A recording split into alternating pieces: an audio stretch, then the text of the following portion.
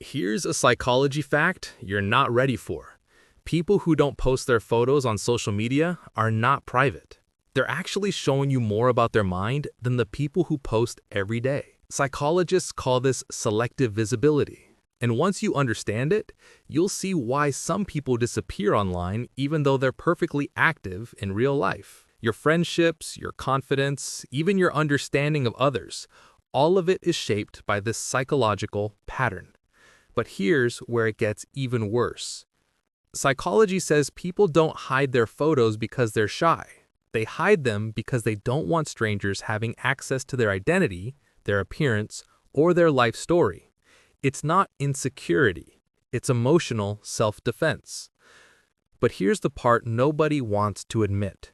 This happens because your brain is wired to avoid unknown dangers. A photo on social media is a digital risk. It can be judged, saved, misused, edited, or taken out of context. Your brain says, why put myself somewhere I can't control reactions? For many people, privacy gives them stability. When you don't post your face online, nobody can comment on your looks, your expressions, your environment, or your lifestyle. Your brain does this to avoid emotional overload and unwanted social pressure. Social platforms trick your mind into thinking everyone is watching you, even when they aren't. To a cautious brain, posting a photo feels like stepping on a stage with thousands of invisible judges. People who avoid photos usually overthink how they're perceived, not in a bad way. If my appearance becomes public, I lose control over my narrative, so they choose silence instead of performance. Some people were teased, judged, or criticized when younger. Their brain learned one thing: visibility equals risk. So they live more quietly, even if they are confident in real life. People who don't post photos often prefer real conversations, real friendships, and real emotions. They don't chase likes. They don't chase approval. That identity isn't tied to an online image. Ironically, many of these people are mentally stronger than constant selfie posters, because their self-worth doesn't depend on external validation. Their identity is shaped from the inside, not from social media feedback loops. Your mind compares without permission.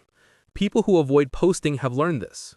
If I don't enter the competition, I don't feel pressured to compete. This protects their mental peace. If that hit you, good. It means you needed it, because deep down you already know you feel different online compared to real life. If you want to break this cycle, or at least understand it, start with this. You must decide what parts of yourself belong online and what parts belong only to you. There is no rule that says you must post your face to prove confidence. There is no rule that privacy equals insecurity. Here's the mental trick that actually works. Post intentionally, not impulsively. Share what represents you, not what pressures you. And if you prefer to stay invisible, that's not a weakness. That's emotional boundaries, a sign that you know how to protect your identity in a world that overshares everything. Most people will hear this and go right back to letting social media shape their self-worth, but not you. Your life won't change until your psychology does, and you just took the first step.